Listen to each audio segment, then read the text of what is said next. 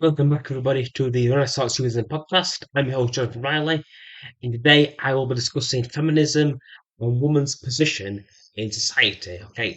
Uh, this podcast will be slightly more theoretical in places in regards to the position of women within our society.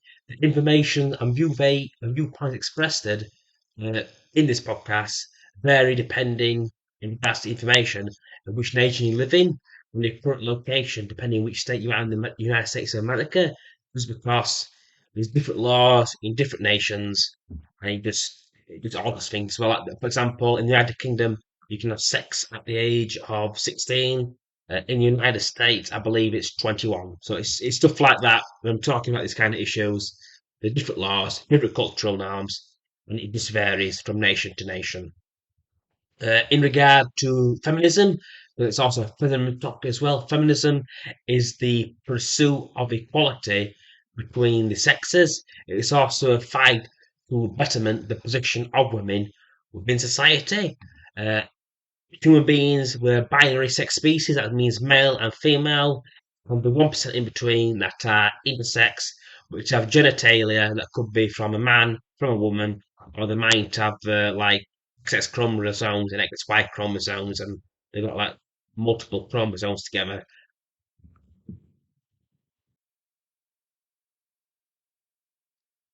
Feminism can be defined by pursuing the interests of women, which I've already said, also pursuing the better equality as well. Women place a position in society, I do believe that culturally, women are sometimes stationed in the middle ground between being a child and being a full grown adult because women are protected, like children in element within society. So they get the benefits of some form of protection of children and they not treated as if they have their own agency, which means their own personal responsibility. And at the same time, they get the benefits of being an adult. Uh, Women are still treated again like children. Regarding their position inside, women face a dilemma of being treated like an adults and still requiring the same protections and leeway that is given to them children. And the author, feminist Louise Perry, makes this argument as well in regards to the position of women in society. There's also the issue of class. One argument commonly forgotten or deliberately forgotten in the modern feminism is the issue of class. It tends to be women from more affluent backgrounds or positions of power where they pursue the interests that benefit women of their social class and economic grouping. The reason why class, which means or refers to in the global context, both the difference and opportunities provided to people in different wealth brackets. For instance, I know somebody whose parents earn over 180,000 between them.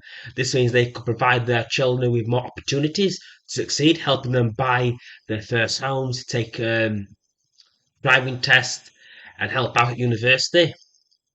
Uh, It's these small advantages that compound over time, which can help people to become more successful and move faster in their careers.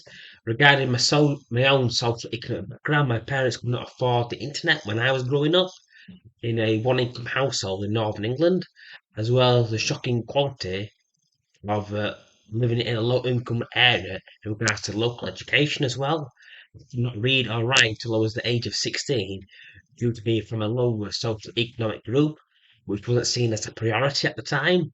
Concerning feminist issues, it's differences between feminism who fight for the different outcomes as well that benefit or hurt peoples within the classes.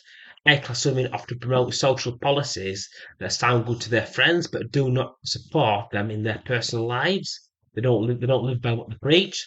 Suppose you go into a dating app in a local university town or city. If you go to the university, open up the dating app, register as a man, you'll find women like 18, 19, 20, 25 that are single mothers. Compared to university, you've got people at the same age group where they're not single mothers. There's a class difference happening there. The working class women are suffering for the policies of women that are from higher income brackets because they practice different outcomes. They choose different choices. They choose to get married. And it's women on the outside, the lower stratospheres of society, that actually suffer the most. Having the security of wealth or living in a two income household also provides greater security as well. So again, you got this class divide as well because if you've got two incomes coming in, your prospects will be better as well. I'm not missing or upsetting mothers that are single mothers. I'm just saying it's optimal having two parents in the household. Now we have women history and the bell curve that we're going to discuss now. It's estimated that 1.6% of human history has never been recorded in written documents or oral history or other forms of history, religions and archiving.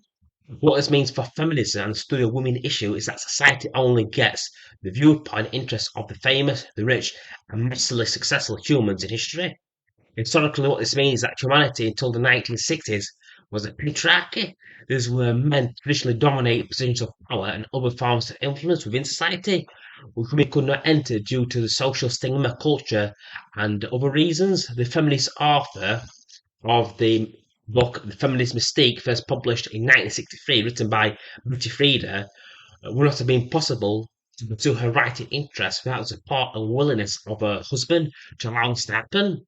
In this case, Betty Friedan, she had the support of her husband, which enabled her to be a feminist, a writer, and an author during the 1940s, 1950s, and 1960s, when it wouldn't have been possible for her to do this without the support of a man. We now live in a post-patriarchal society, at least in Western nations. To my knowledge, English-speaking peoples now live in a hierarchy where both men and women share power. However, it must be stated due to the bell curve statistics that averages that there are two-thirds of children in schools, students that have learning difficulties, and they are males. The research on learning disability reported that the ratio of boys to girls with learning disabilities is between 5 to 1 or 5 to 1 or 9 to 1, respectively, in school identified populations. Additionally, not by just by little bit as well. There's also the higher bell curve as well at the higher end. So at the higher end, there's more male geniuses than actually female geniuses and averages.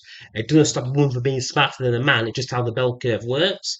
Because at the bottom end, there's more less smart men, and there's more higher men. And those two averages, but women they're more dominant in the centre. It's how these numbers work across a societal level as well. And I hope I've done a good job of explaining this. You should be able to find my article in my Substack as well. That will come out the same time of this podcast at 5 p.m. as well. When you read this, when it comes out, you'll also get access to the actual Substack as well. The Medium link has the same title of this podcast, so you can actually read what I've said as well, and you can look at the data, the information myself, just in case I've done a poor job of explaining the actual bell curve, because I'm not into maths. Okay. In terms of women at the higher ends of the intelligence spectrum, which I said before, there is no hostile towards women in the pursuit of equality. This is how statistics works across human society, we just said before.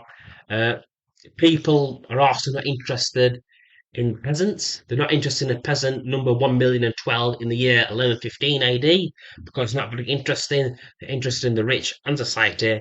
They ignore the fact that men and women would have worked together for centuries to put food on the table, to make clothes, to do hunting, to do gathering, to manage the farm, do that kind of labour as well. That's going to be very difficult.